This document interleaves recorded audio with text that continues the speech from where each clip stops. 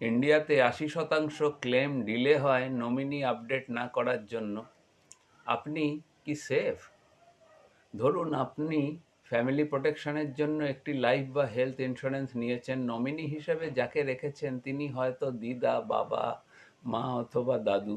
সময়ের সাথে অনেক কিছুই বদলায়, হয়তো তারা নেই, কিন্তু আপনার নমিনি লিস্টে নাম রয়ে গেছে। এখন যদি ক্লেম করতে হয়, কোম্পানি সরাসরি টাকা দিতে পারবে না, চলে আসবে legal heir, verification, court procedure, family dispute, যার জন্য আপনার পরিবারই সবচেয়ে বেশি সমস্যায় পড়বে।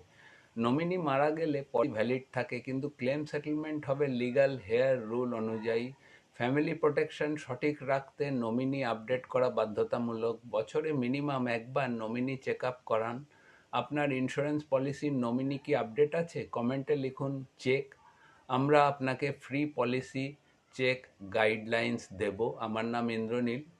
আমাদের সাথে যোগাযোগ করতে আমাদেরকে লাইক, সাবস্ক্রাইব, শেয়ার এবং ফলো করুন আপনাদের পরিচিত এবং বন্ধুবান্ধবদের মধ্যে, এবং অবশ্যই আপনার মতামত আমাদেরকে লিখে জানান।